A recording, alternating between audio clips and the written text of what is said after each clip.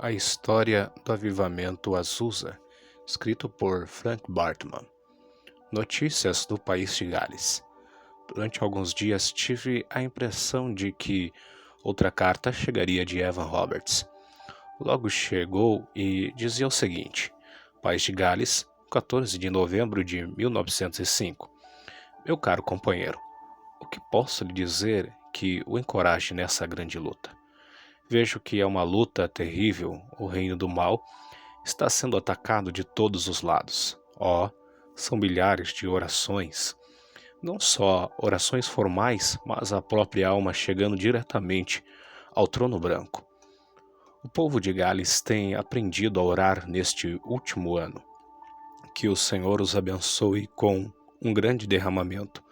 Em Gales, parece que o Senhor está sobre a congregação, esperando que os corações dos seguidores de Cristo se abram. Tivemos um grande derramamento do Espírito Santo na última noite de sábado. Antes disto, o conceito que o povo tinha do verdadeiro louvor foi corrigido. Vimos que devemos 1. Dar a Deus e não receber. 2. Agradar a Deus e não a nós mesmos. Oramos então olhando para Deus e não para o inimigo, nem para o medo dos homens, e o Espírito do Senhor se fez presente. Tenho pedido a Deus em oração para manter você forte na sua fé e para salvar a Califórnia. Permaneço seu irmão na luta, de Evan Roberts. Era a terceira carta que recebíamos de Evan Roberts, de Gales, e percebi que sua oração tivera muito a ver com a nossa vitória final na Califórnia. Evan Roberts nos conta a respeito de sua própria experiência com Deus. Uma sexta-feira à noite no último outono, enquanto orava ao lado de minha cama, antes de dormir, fui levado a uma grande expansão fora do tempo ou espaço. Era a comunhão com Deus. Antes disso, eu conhecera um Deus distante. Fiquei apavorado naquela noite, mas depois disso, nunca mais. Tremia tanto que a cama chegava a balançar e meu irmão, que acordada me segurava, pensando que eu estava enfermo. Esta experiência se repetiu todos os dias durante 3 meses, da 1 às 5 da madrugada. Ele escreveu este recado ao mundo durante aquele período. O avivamento no país de Gales não vem dos homens, é de Deus. Ele está muito próximo de nós. Não há problemas de crenças ou dogmas neste movimento. Não estamos ensinando nenhuma doutrina sectária. Só há a maravilha e a beleza do amor de Cristo. Perguntaram-me sobre meus métodos, mas eu não os tenho. Nunca preparo o que vou dizer, mas deixo tudo para Ele. E não sou a fonte deste avivamento, mas apenas um agente entre tantos outros que estão transformando numa multidão. Não espero que as pessoas me sigam, mas quero o mundo para Cristo. Eu creio que o mundo está às portas de grande avivamento espiritual e oro todos os dias para que eu possa ajudar na sua realização. Coisas maravilhosas têm acontecido em Gales nestas últimas semanas, mas elas são apenas o princípio. O mundo será varrido pelo Espírito Santo, como por um vento forte e poderoso. Muitos que agora são cristãos silenciosos liderarão o movimento. Verão uma grande luz e refletirão essa luz sobre milhares que estão nas trevas. Milhares se levantarão e farão mais do que nós jamais conseguimos realizar, à medida que Deus lhes der poder. Que humildade maravilhosa, este é sempre o segredo do poder. Uma testemunha inglesa do avivamento em Gales escreveu: tanta angústia na intercessão pelas almas dos não salvos, nunca antes presenciei. Vi o jovem Roberts transtornado pela dor e convidando o auditório a orar. Não cantem, ele suplicava. É terrível demais cantar. A convicção do pecado muitas vezes é perdida pelo povo quando se canta demais.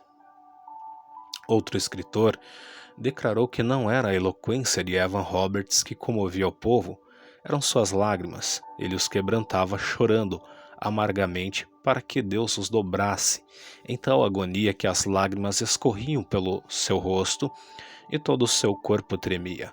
Homens fortes eram quebrantados e choravam como crianças. As mulheres gritavam de medo. O barulho do choro e dos gritos enchia o ar, quando sua agonia se tornava maior. Evan Roberts chegava a cair diante do púlpito, enquanto muitos dentre o povo chegavam a desmaiar. Oposição. Dia e noite eu ia a missões diferentes exortando as pessoas a orarem continuamente e a terem fé pelo avivamento. Passei a mais uma noite inteira orando com o irmão Wemer. Uma noite na igreja do Novo Testamento, quando sobre a congregação havia um profundo espírito de oração, de repente o Senhor veio tão próximo de nós que podíamos sentir a sua presença nos cercando, como se quisesse nos fechar ao redor. 2/3 das pessoas presentes ficaram tão alarmadas que ficaram de pé, e alguns saíram dali correndo, esquecendo-se até dos seus chapéus, no seu grande apavoramento. Não houve nada visível que causasse medo. Era a manifestação sobrenatural da proximidade do Senhor. Que será que fariam se vissem o Senhor? Comecei uma pequena reunião num lar onde tínhamos mais liberdade de orar e esperar no Senhor. O espírito de oração estava sendo impedido nas reuniões. Os mais espirituais estavam famintos por tal oportunidade. Os líderes, porém, não compreenderam e fizeram oposição a mim, depois a dona da minha casa. A alugada ficou possessa por Satanás e queria nos expulsar da casa, pois ela não andava com Deus. Nosso aluguel estava pago, mas o inimigo tentou usá-la. A luta se iniciara. Começou a haver oposição contra o meu ministério na Igreja do Novo Testamento. Uma irmã me tentou convencer a parar as reuniões de oração que eu começara. Pedi ao Senhor que me mostrasse qual era a sua vontade nesse assunto. Ele veio e encheu com uma nuvem de glória a casa onde estávamos, até o ponto que eu mal podia suportar a sua presença. Para mim, esta experiência tirou qualquer dúvida. Antes, importa obedecer a Deus do que aos homens. Sofri muitas críticas naquela época. Penso que estavam com medo que eu começaria outra igreja. Eu, no entanto, não tinha tal pensamento naquela época. Só queria ter liberdade para orar. Muitas missões e igrejas têm acabado mal por se oporem a Deus. A esperança do Pentecostes. Escrevi mais artigos para a imprensa religiosa, dos quais segue-se alguns trechos. Devagar, mas cada vez mais. A maior convicção entre os santos do sul da Califórnia de que Deus vai derramar.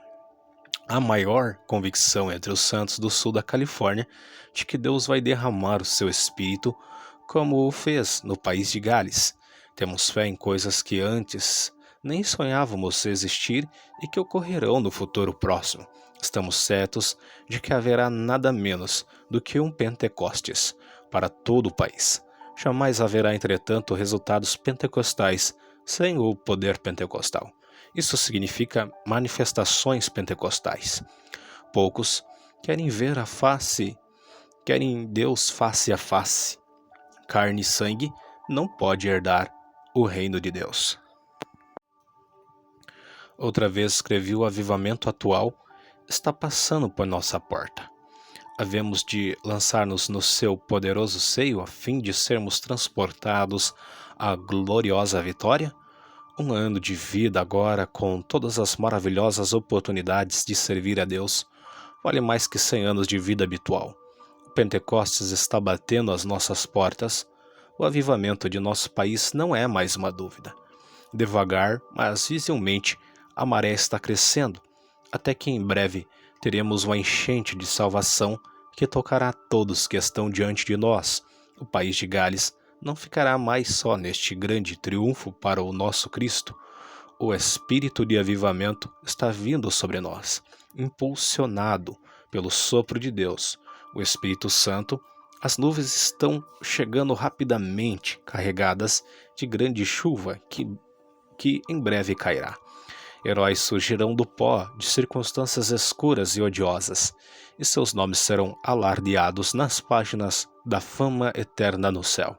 O Espírito paira sobre nossa pátria como no alvorecer da criação, e a ordem de Deus é ouvida. Haja luz. Irmãos e irmãs, se todos crescem, o que poderia acontecer? Muitos de nós aqui vivemos só para isso. Um grande volume de orações dos que creem está subindo ao trono noite e dia. Los Angeles, o sul da Califórnia e todo o continente encontrar-se-á dentro em breve num poderoso avivamento, pelo Espírito e pelo poder de Deus. Há bastante tempo oramos por um Pentecostes e ele parecia prestes a começar. É óbvio que não sabíamos o que era um verdadeiro Pentecostes. O Espírito, porém, sabia e nos guiava adiante para pedir o que era correto. Uma tarde depois de uma reunião na igreja do Novo Testamento, 7 de nós somos dirigidos a dar as mãos e concordar em oração para o Senhor derramar logo o seu Espírito, com sinais a o seguir. Marcos 16, 17 e 20. De onde tiramos esta ideia naquele momento? Não sei. O Senhor mesmo deve ter sugerido isto a nós. Não pensávamos em falar em línguas. Nenhum de nós jamais havia ouvido falar em tal coisa. Estávamos em fevereiro de 1906. Enquanto permanecia de joelhos numa reunião de oração, o Senhor disse-me que me levantasse e fosse à lona do irmão Brawley. Deu-me uma mensagem para eles. Eu estava com um grande peso no espírito, mas depois de falar, sentimos-nos totalmente quebrantados e choramos muito diante do Senhor. Depois escrevi um folheto comovedor intitulado A Angústia da Intercessão. O Senhor também me revelava muito sobre o sangue. Passei mais uma noite orando com o Sr. Boehmer e o Senhor me deu um ministério muito abençoado em Pasadena, em diferentes reuniões. Numa reunião, fiquei prostrado 2 horas sobre a carga pelas almas perdidas. A batalha ficava cada vez mais renhida. No dia 26 de março, fui a uma reunião na casa da rua Bonnie Bly. Tanto irmãos brancos quanto negros estavam unidos ali, em oração. Eu fora a uma reunião de oração numa casa, um pouco antes, onde encontrei o irmão Seymour. Ele acabara de vir do Texas. Era um negro simples, espiritual e humilde. Cego de um olho, ele frequentava as reuniões na rua Bonnie Bly. No final de março de 1906, o Senhor me havia dado um outro folheto intitulado A Última Chamada. Foi grandemente usado para despertar as pessoas. Segue-se alguns trechos. E agora, mais uma vez, no final desta era, Deus faz a última chamada. A chamada da meia-noite está sobre nós, ressoando claramente em nossos ouvidos. Deus dará mais uma oportunidade à última chamada, um avivamento mundial. Depois virá o julgamento de todo o mundo. Um acontecimento tremendo está para acontecer. Capítulo 2. O fogo cai em Azusa. O primeiro aparecimento das línguas. Foi a igreja do Novo Testamento no auditório Burbank, domingo de manhã, dia 15 de abril. Uma irmã de cor falou em línguas. Isto produziu um grande impacto no povo que depois se reuniu em grupinhos na calçada perguntando o que significava isso. Pareciam sinais de um Pentecostes. Depois, soubemos que o Espírito se fizera presente algumas noites antes, dia 9 de abril, na pequena casa da rua Bonnie Bly. Há muito que buscavam ansiosamente por um derramamento do Espírito. Um grupo de irmãos negros e brancos estavam esperando ali, diariamente, para que algo acontecesse. E agora era a época da Páscoa outra vez, um ano depois que o clamor por avivamento começou. Não sei qual o motivo, mas não tive o privilégio de estar ali naquela reunião em que pela primeira vez diversas pessoas falaram em línguas. À tarde, estive numa reunião na rua Bonnie Bly e senti que Deus estava operando poderosamente. Há muito que orávamos por uma vitória e agora Jesus estava novamente se apresentando vivo. Atos 1:3. Há muitas pessoas. Os pioneiros haviam preparado o caminho para que as multidões pudessem agora entrar. Era notável na reunião a humildade que se manifestava nas pessoas. Todas estavam absorvidas pela presença de Deus. Era evidente que afinal o Senhor encontrara o pequeno grupo através do qual podia atuar. Não havia outra missão no país onde a mesma ação pudesse ser realizada. Todas eram controladas por homens, por isso o Espírito não podia operar. Outras obras bem mais pretensiosas haviam falhado. Tudo o que os homens estimavam havia sido rejeitado, e o Espírito mais uma vez nascia numa humilde estrebaria, fora dos pomposos estabelecimentos eclesiásticos. Os humildes começos. É indispensável que o corpo seja preparado através do arrependimento e da humildade para que haja o derramamento do Espírito Santo. As pregações da Reforma foram começadas por Martinho Lutero num prédio em decadência no meio da praça pública de Wittenberg. De Aubigné o descreve desta maneira. No meio da praça de Wittenberg estava uma velha capela de madeira, com 10 metros de comprimentos e 6,5 metros de largura, cujas paredes estaqueadas de todos os lados estavam prestes a cair. Um velho púlpito feito de tábuas de 1 metro de altura recebia o pregador. Foi neste lugar desprezível que a pregação da Reforma começou. Foi da vontade de Deus que o movimento que restauraria sua glória começasse num ambiente o mais humilde possível. Foi aí neste lugar desditoso que Deus ordenou de forma figurada que seu filho amado nascesse pela segunda vez. Entre as milhares de catedrais e paróquias que enchiam a terra, não houve um sequer naquela época que Deus escolhesse para a pregação gloriosa a respeito da vida eterna. No avivamento em Gales, os grandes pregadores da Inglaterra tiveram de vir e sentar-se aos pés de mineiros trabalhadores e rudes para ver as obras maravilhosas de Deus.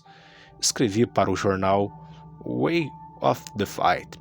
Naquela ocasião, a coisa genuína está aparecendo entre nós. O Altíssimo mais uma vez lutará contra os mágicos de Faraó. Porém, muitos o rejeitarão e blasfemarão. Muitos não o reconhecerão, mesmo entre aqueles que se consideram seus seguidores. Temos orado e crido no Pentecostes. Será que o reconheceremos quando chegar? Será que o reconheceremos quando chegar? Os extremos e misturas nos avivamentos. A presente manifestação pentecostal não irrompeu no instante como se fosse um imenso incêndio de padaria para pôr fogo no mundo inteiro. Na realidade, nenhuma obra divina aparece desta maneira. É preciso tempo para a preparação. O produto final não é reconhecido em seu período inicial. Os homens indagarão de onde veio tudo aquilo, pois não tomaram conhecimento da preparação. No entanto, esta preparação é sempre uma condição essencial. Cada movimento do Espírito de Deus também tem de passar pelas poderosas investidas das forças de Satanás. O dragão se deteve em frente da mulher que estava para dar à luz, a fim de lhe devorar o filho quando nascesse. Apocalipse 12:4. Foi assim também o princípio desta obra pentecostal. O inimigo fez muitas falsificações, mas Deus manteve a criancinha bem escondida dos Herodes por uma estação, até que pôde adquirir força e discernimento para resistir-lhes.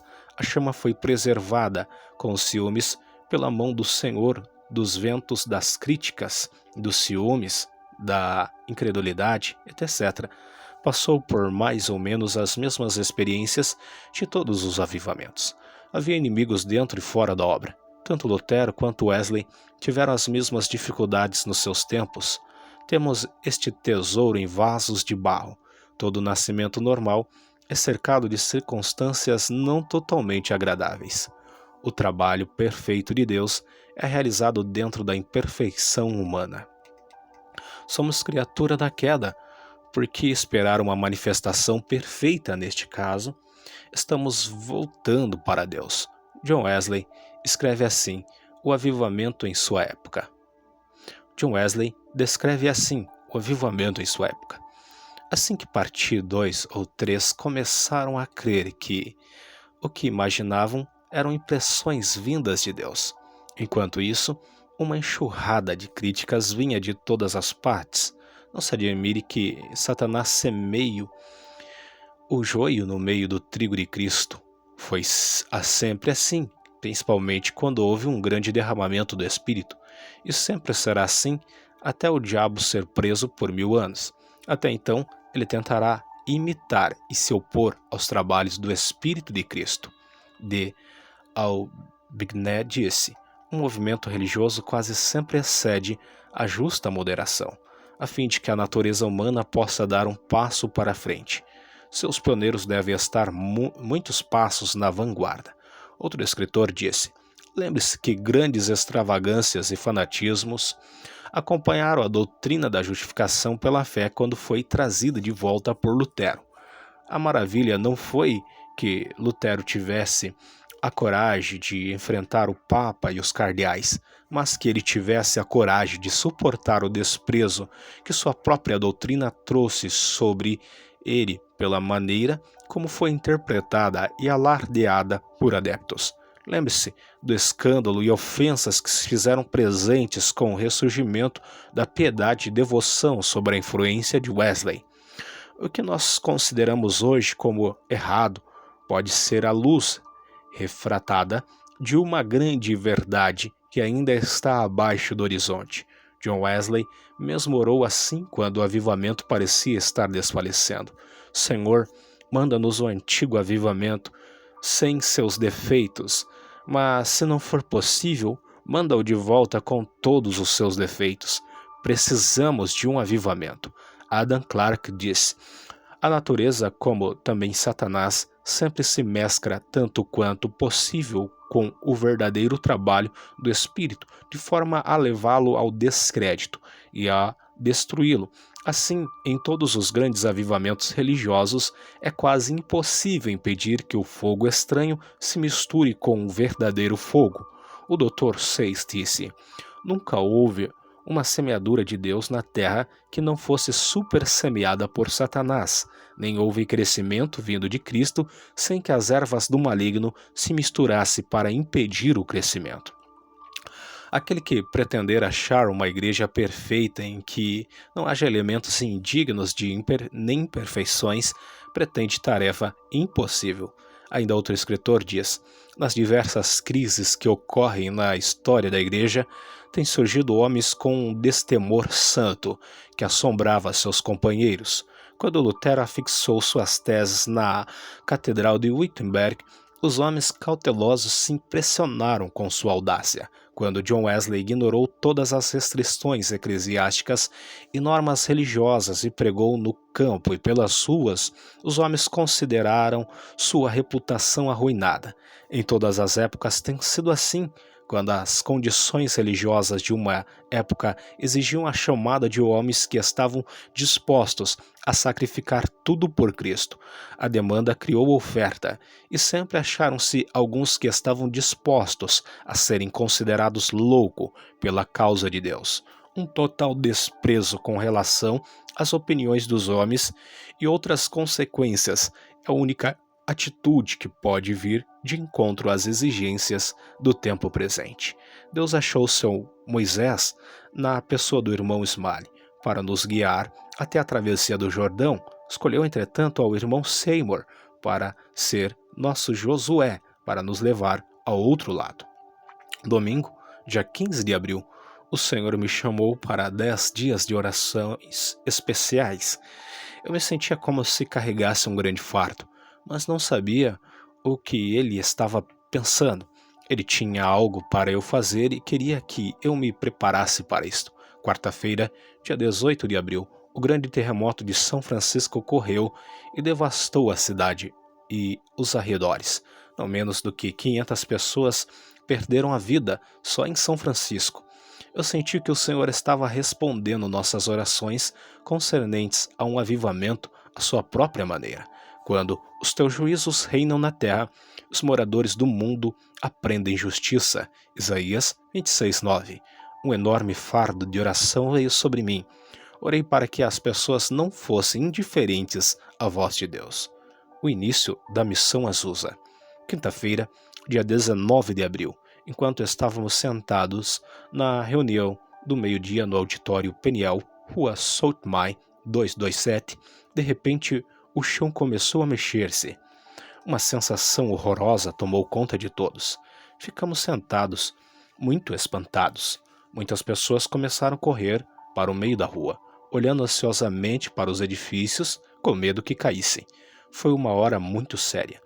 Eu fui para casa e depois de um período de oração, o Senhor me mostrou que deveria voltar para a reunião que havia sido transferida da rua Bonnie Bly para a rua Azusa, 312. Haviam alugado uma velha casa de madeira que fora antes uma igreja metodista no centro da cidade e que durante muito tempo não fora usada para reuniões. Tornara-se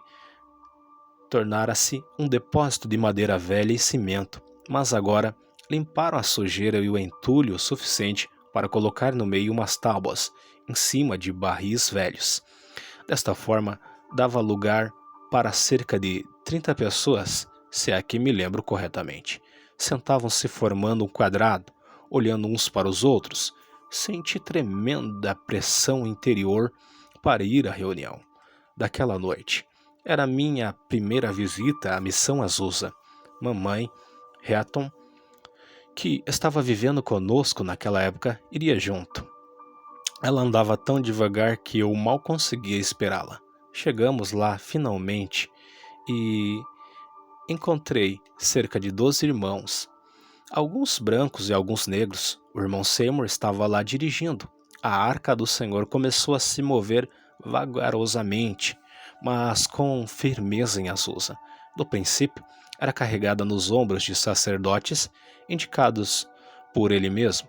Não tínhamos nenhuma carroça nova naqueles dias para agradar as multidões mistas e carnais.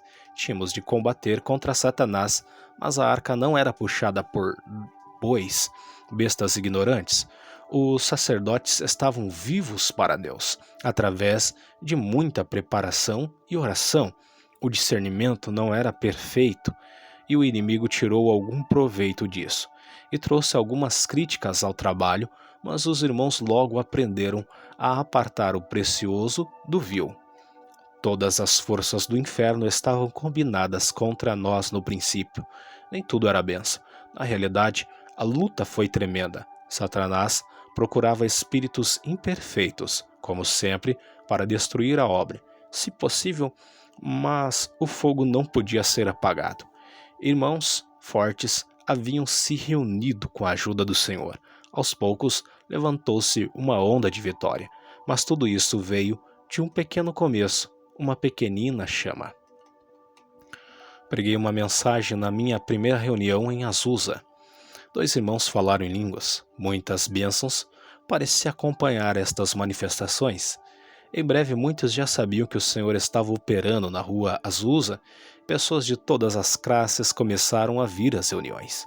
Muitos estavam apenas curiosos e não acreditavam, mas outros tinham fome da presença de Deus.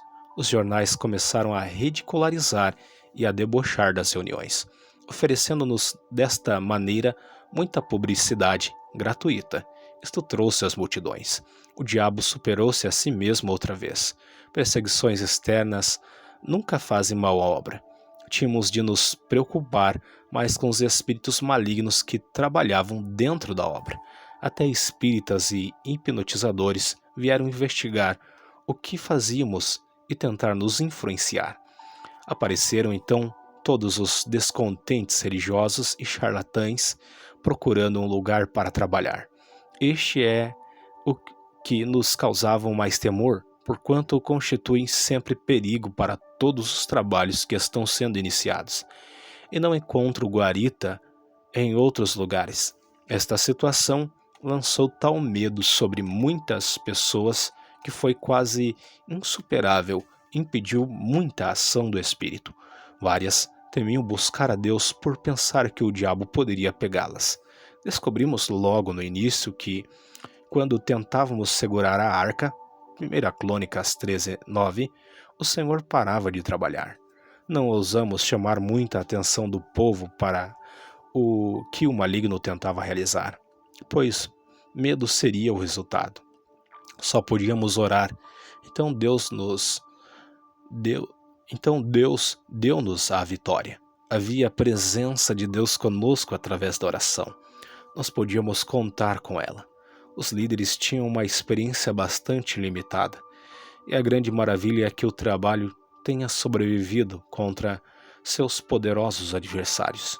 Mas era de Deus, e era este o segredo. Um certo escritor disse: bem, no dia de Pentecoste o cristianismo enfrentou o mundo. Era uma nova religião sem universidade, povo ou patrocinador. Tudo o que era antigo e venerável se levantou em oposição maciça contra ele, e ele não bajulou ou procurou conciliar-se com nenhum deles.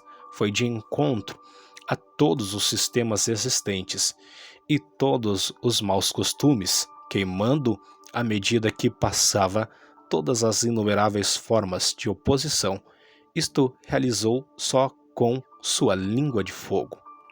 Outro escritor disse: a apostasia da igreja primitiva veio porque os cristãos queriam ver seu poder e governo se espalhar, mais do que as transformações e vida de cada um dos seus membros.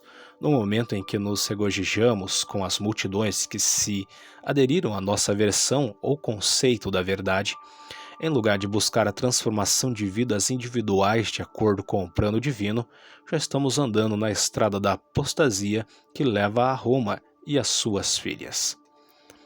Os efeitos espirituais do terremoto. Verifiquei que o terremoto havia aberto muitos corações. Eu distribuía especialmente meu último folheto, a última chamada. Parecia muito apropriado depois do terremoto.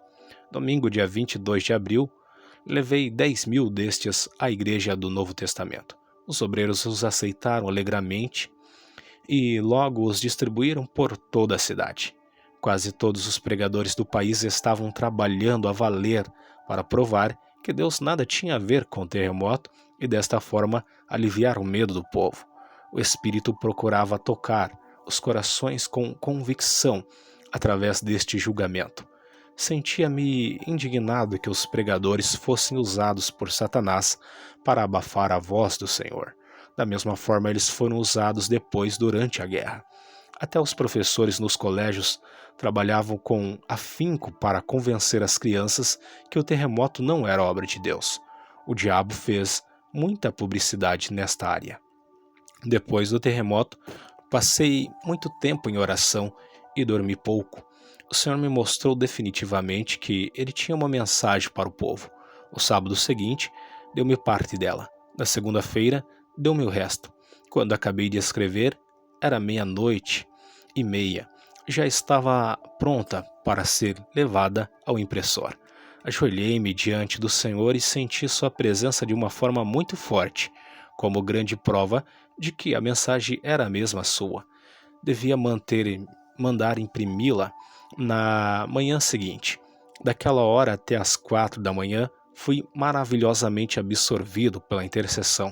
Senti a ira de Deus contra o povo e lutei muito contra ela em oração.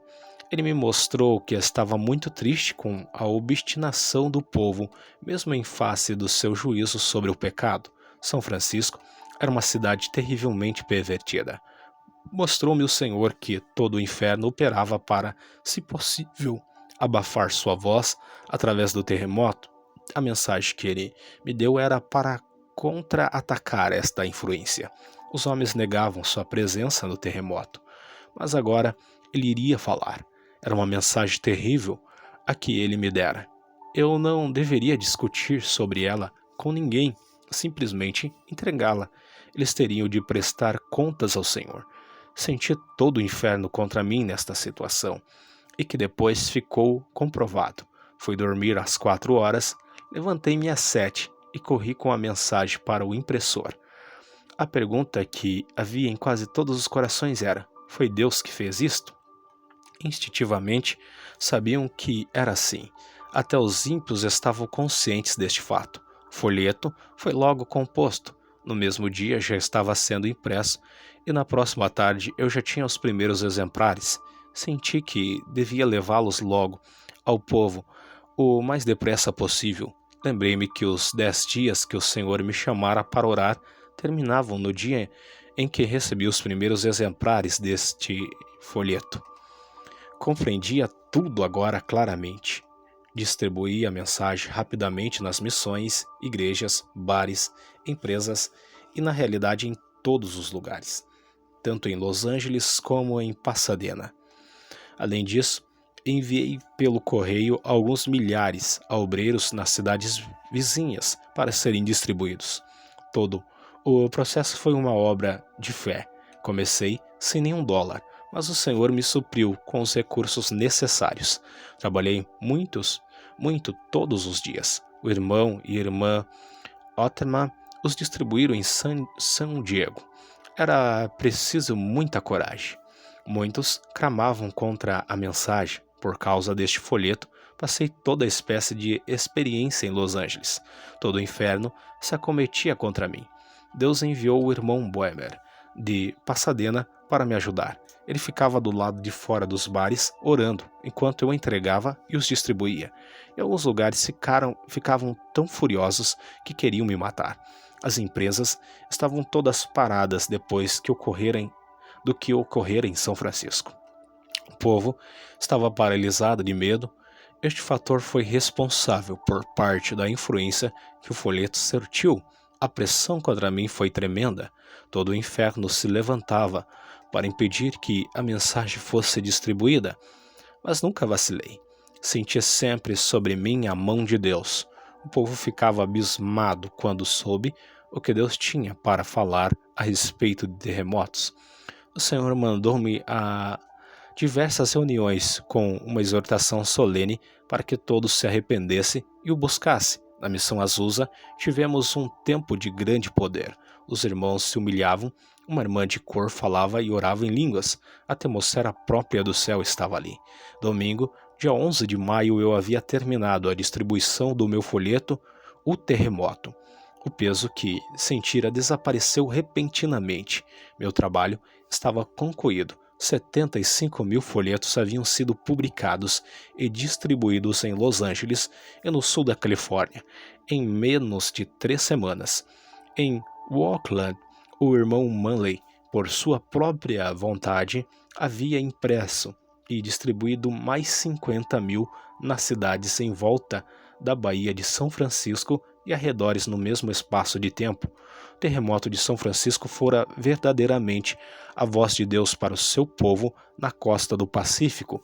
Foi usado de forma poderosa para convencer os incrédulos a preparar para a graciosa visitação que viria depois. Nos primeiros dias da missão Azusa, tanto o céu como o inferno pareciam ter chegado à cidade. Os homens estavam a ponto de estourar, e havia uma poderosa convicção sobre o povo em geral. As pessoas pareciam cair aos pedaços, mesmo na rua, sem nenhuma provocação. Havia como que uma cerca em volta da missão Azusa feita pelo Espírito. Quando o povo atravessava, a 2 ou 3 quarteirões de distância, era tomado pela convicção dos seus pecados. Experiências com o Espírito em Azusa. A obra era cada vez mais clara e forte em Azusa. Deus operava poderosamente. Parecia que todos tinham de ir a Azusa. Havia missionários vindo da África, Índia e ilhas oceânicas. Pregadores e obreiros atravessavam o continente e vinham de ilhas distantes, motivados por uma atração irresistível por Los Angeles. Congregai os meus santos. Salmo 50, 1-7. haviam sido chamados para assistir o Pentecostes. Embora não soubesse, era chamada de Deus. Reuniões independentes, em lonas e missões começaram a fechar por falta de gente. Seus membros estavam todos em Azusa. O irmão e irmão Gar fecharam o auditório Sarça Ardente e vieram para Azusa para serem batizados no Espírito, e logo foram para a Índia para espalhar a chama. Até o irmão Smalley veio para Azusa procurar os membros de sua igreja, convidou-os a voltar para casa, prometendo dar-lhes liberdade no Espírito, e durante algum tempo Deus operou poderosamente na igreja do Novo Testamento também. Houve muita perseguição, principalmente por parte da imprensa. Escreviam coisas incríveis, mas isso só fazia com que mais gente viesse. Muitos deram ao movimento 6 meses de vida. Em pouco tempo havia reuniões noite e dia sem interrupção. Todas as noites a casa estava lotada. Todo o prédio em cima e embaixo havia sido esvaziado, estava sendo utilizado. Havia muito mais brancos do que pessoas de cor frequentando as reuniões. A segregação racial foi apagada pelo sangue de Jesus. A S. Haller, tradutor do Novo Testamento, declarou que o trabalho de Azusa havia redescoberto o sangue de Jesus para a igreja naquela época. Dava-se grande ênfase ao sangue como elemento purificador. Colocavam-se padrões morais elevados para quem queria ter uma vida limpa. Vindo o inimigo como uma corrente de águas, o Espírito do Senhor alvorará contra ele a sua bandeira. Isaías 59:19. O amor divino se manifestava maravilhosamente nessas reuniões. Não se permitia nem sequer uma palavra indelicada contra os inimigos ou outras igrejas. A mensagem era o amor de Deus. Era como se o primeiro amor da igreja primitiva houvesse retornado. O batismo, como recebíamos no princípio, não permitia que pensássemos, falássemos ou víssemos o mal contra nenhuma criatura. O espírito era muito sensível, como uma pomba delicada. A pomba não tem fel. Sabíamos imediatamente quando magoávamos o espírito através de um pensamento ou de uma palavra. Parecíamos viver num mar de puro amor divino. O Senhor lutava por nós naqueles dias. Nós nos submetimos ao seu julgamento em todos os assuntos, nunca buscando defender nosso trabalho ou nossa pessoa. Vivíamos em sua maravilhosa e atual presença, e nada contrário ao seu puro espírito era permitido. O falso era separado do real pelo Espírito de Deus. A própria palavra de Deus era que resolvia todos os assuntos. O coração do povo, tanto em ação como em motivação, era descoberto até o cerne mais profundo. Não era nenhuma brincadeira tornar-se parte do grupo. Ninguém ousava ajuntar-se a eles. Atos 5:13, a não ser que levasse as coisas a sério e quisesse ir até o fim. Naquele tempo, para receber o batismo era necessário passar pela morte e por um processo de purificação. Tínhamos uma sala especial em cima para aqueles que buscavam com mais ardor o batismo, embora muitos fossem batizados também em plena reunião. Muitas vezes eram batizados enquanto estavam sentados. Na parede da sala especial estava escrito: é proibido falar alto, sussurre apenas. Não sabíamos nada a respeito de conquistar pelo barulho naquela época. O espírito operava profundamente. Uma pessoa inquieta ou que falasse sem pensar era logo repreendida pelo espírito. Estávamos em Terra Santa. Esta atmosfera era insuportável para os carnais. Geralmente passavam bem longe daquela sala, a não ser que já houvesse sido subjugados e esvaziados pelo espírito. Só iam lá para os que verdadeiramente buscavam a Deus, os que estavam sérios com ele. Este não era um lugar para manifestações emocionais, nem para ter ataques ou dar vazão a sentimentos negativos. Os homens não gritavam naquele tempo. Eles buscavam a misericórdia do Senhor diante do seu trono. Sua atitude era de que tirar os sapatos por estar em Terra Santa. Os tolos entram correndo, onde anjos não ousam pisar.